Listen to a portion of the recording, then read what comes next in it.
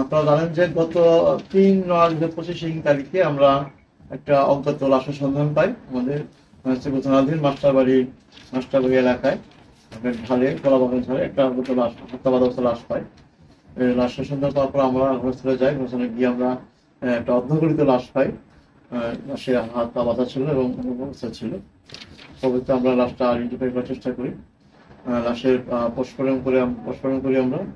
তারপরে আমরা কাজ শুরু করি, আমাদের অভিযান পরিচালনা শুরু করি। করলে আমরা তথ্য প্রযুক্তির মাধ্যমে আমরা অভিযান পরিচালনা করে প্রথমে একজন আসামিকে গ্রেপ্তার করতে সক্ষম হই। সে হত্যা সংঘর্ষে জড়িত ছিল, তাকে গ্রেপ্তার করি।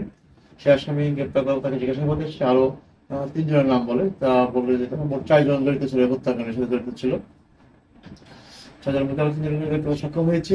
একজন এখনো ধরাছোঁয়ার বাইরে আছে, তো আমরা অচিরেই তাকে গ্রেপ্তার করতে সক্ষম হব। পরবর্তীতে আমরা লাশটা সম্পূর্ণ অজ্ঞাতনামা ছিল, পরে আমরা লাশের পরিচয় শনাক্ত করতে পারি।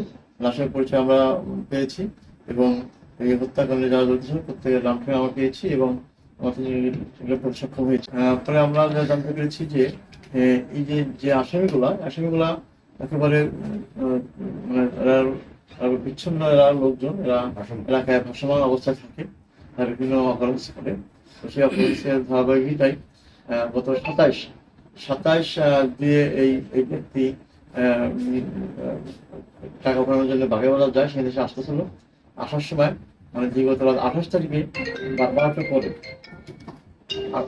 ২৮ তারিখে এই লোকটাকে তারা রাস্তার প্রতিরোধ করে, করার পরে তাকে ৫,০০০ টাকা নেয় এবং টাকা বাধা প্রদান করে।